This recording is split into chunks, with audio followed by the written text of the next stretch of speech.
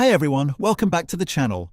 Today we're taking a very deep dive into one of the most recognizable pieces of consumer technology ever created, the Apple iPhone. At first glance, millions of people simply see it as a smartphone used for texting, social media, taking photos, watching videos, or making phone calls. But beneath the glass, aluminum, titanium, and silicon is one of the most sophisticated consumer security systems ever engineered. The iPhone is much more than a communication device. It is effectively a portable computer that stores banking information, private conversations, passwords, digital identities, health records, payment credentials, personal photographs, location history, work documents, and access to countless online accounts. Because it contains so much valuable information, it has become one of the biggest targets for cybercriminals, intelligence agencies, and sophisticated hacking groups around the world. This raises an important question that millions of people ask every year. Why is the iPhone considered one of the most secure smartphones available? How exactly does its security work? And can it actually be hacked? The answer is much more complicated than a simple yes or no, because modern cybersecurity is built on multiple independent layers of protection rather than relying on any single feature.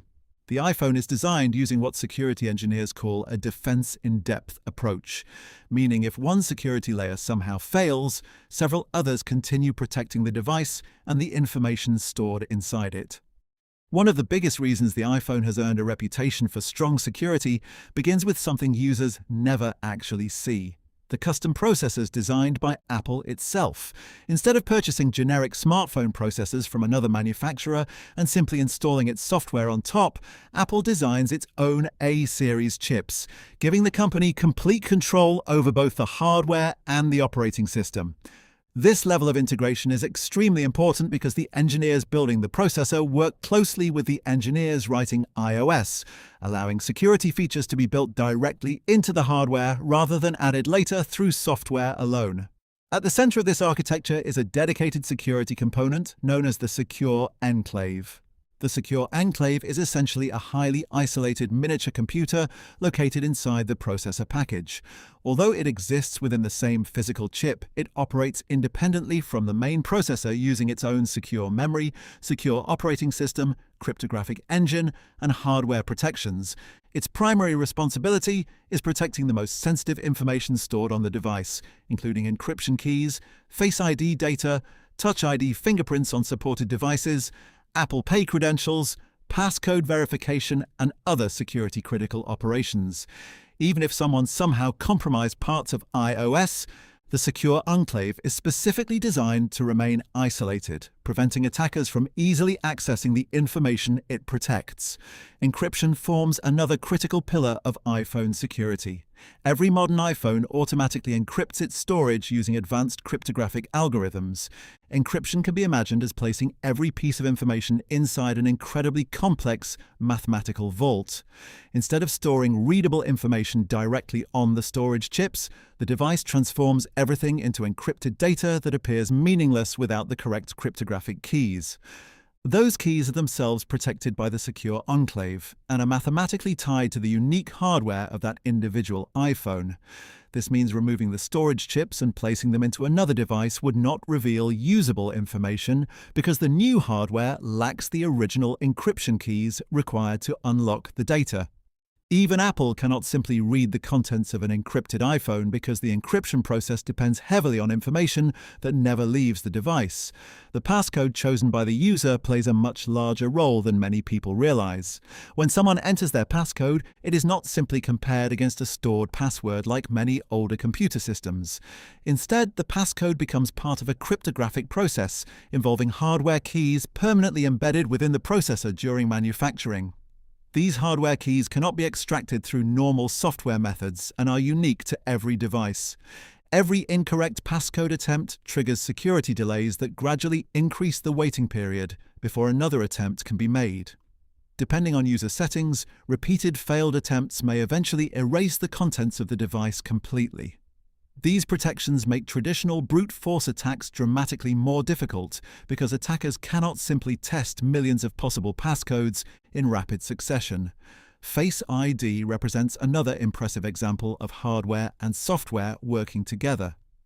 Many people assume Face ID simply compares a photograph with the person's face, but the technology is considerably more advanced. The True Depth camera system projects thousands of invisible infrared dots onto the user's face, while specialized sensors create an extremely detailed three-dimensional depth map. Infrared imaging allows the system to function even in darkness because it does not rely entirely on visible light. Machine learning algorithms analyze facial geometry rather than superficial appearance, allowing Face ID to recognize the owner despite changes such as glasses, facial hair, hairstyles, or aging. Importantly, the mathematical representation of the face never leaves the Secure Enclave. It is not uploaded to Apple servers for authentication, reducing the risk of centralized biometric databases being compromised. Another major reason security experts frequently praise the iPhone involves Apple's control over software updates. Unlike many other smartphone ecosystems where updates may depend on device manufacturers or wireless carriers, Apple develops iOS, tests it, signs it digitally, and distributes updates directly to supported devices. When security researchers discover vulnerabilities, Apple can often deliver fixes simultaneously to millions of users around the world. This rapid update process significantly reduces the amount of time attackers can exploit publicly known weaknesses. Security updates are one of the most important defenses available because even the strongest systems occasionally contain software flaws. The App Store also plays an important role. Before most applications become available, they undergo review processes intended to identify malicious behavior, privacy violations, or obvious security concerns. While this review process is not perfect and cannot guarantee that every application is completely safe, it creates an additional layer of protection compared with environments where software may be installed from virtually any source without review. Applications also operate inside isolated environments known as sandboxes. Sandboxing limits how much one application can interact with another, reducing the chance that a compromised application can freely access information stored elsewhere on the device. An application generally requires explicit user permission before accessing sensitive resources such as the camera, microphone, contacts, location, photos, Bluetooth, local network, or motion sensors. Privacy controls have also become increasingly sophisticated. Modern versions of iOS allow users to decide whether applications receive precise location data or only approximate locations.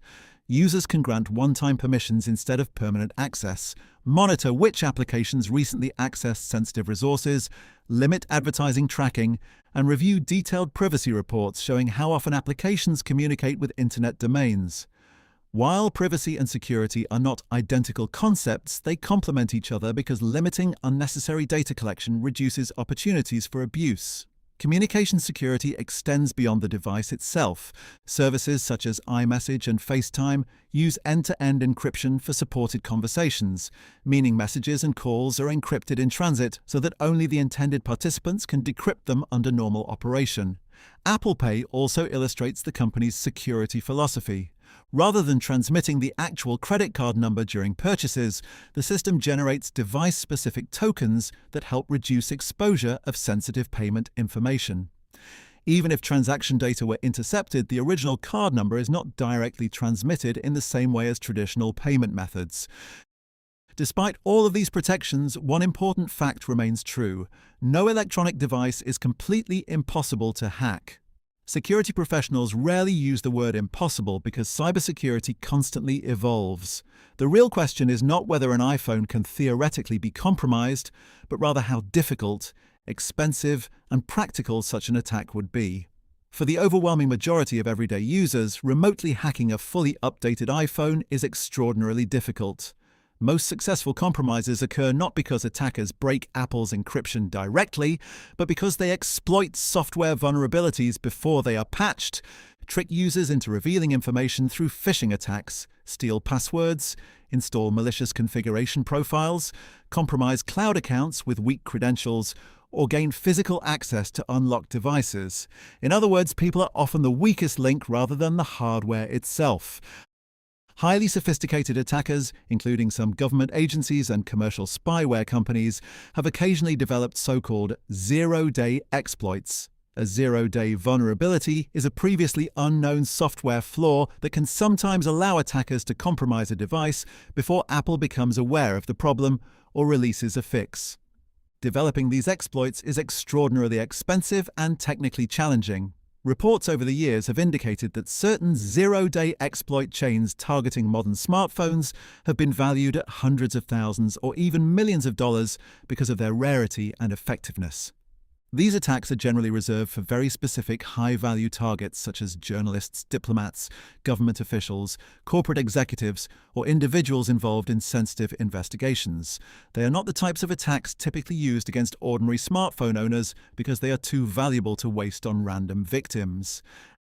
Apple continues investing heavily in security research, hardware improvements, artificial intelligence for threat detection, stronger memory protections, exploit mitigation technologies, and expanded security programs such as Lockdown Mode, which provides an optional extreme level of protection for users who may face unusually sophisticated digital threats.